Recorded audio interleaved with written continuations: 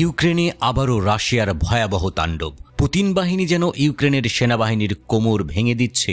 Zaporizhzhia শহরে এমনই ভয়ঙ্কর হামলা হয়েছে।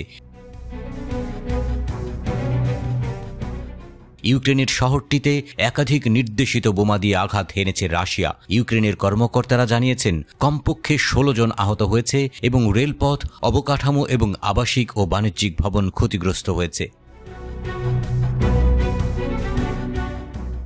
জাপোরিজিয়া অঞ্চলের গভর্নর ইভান ফেদোরভ বলেছেন, রাশিয়ান বাহিনী ভোর 5টা থেকে সকাল 7টার মাঝে মোট 13টি গাইডেড বোমা দিয়ে 3টি শহরে আঘাত হানে। ফেদোরভ জানিয়েছেন, হামলায় 8 ও 17 বছর বয়সী 2 শিশুসহ অন্তত 16 জন আহত হয়েছে।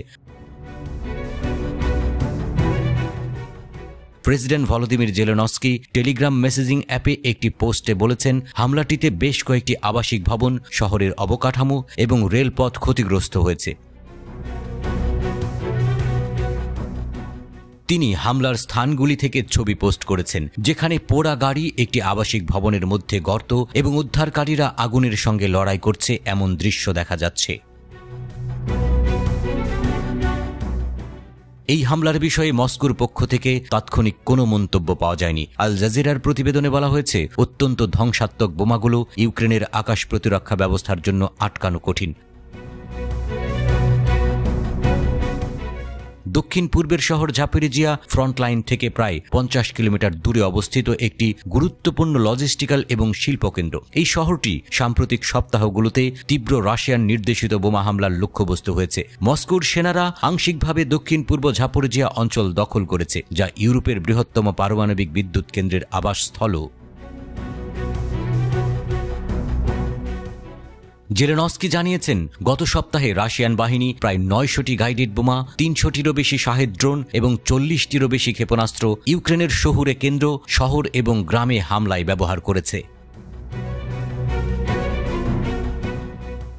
জেলেনস্কি টেলিগ্রামে লিখেছেন, এই রাশিয়ান সন্ত্রাস কোনো বিরতি জানে না। এটি শুধুমাত্র বিশ্বের ঐক্য দিয়ে বন্ধ করা যেতে পারে। ইউক্রেনকে সমর্থন করার জন্য ঐক্য এবং যুদ্ধের জন্য রাশিয়াকে চাপ দেওয়ার জন্য ঐক্য।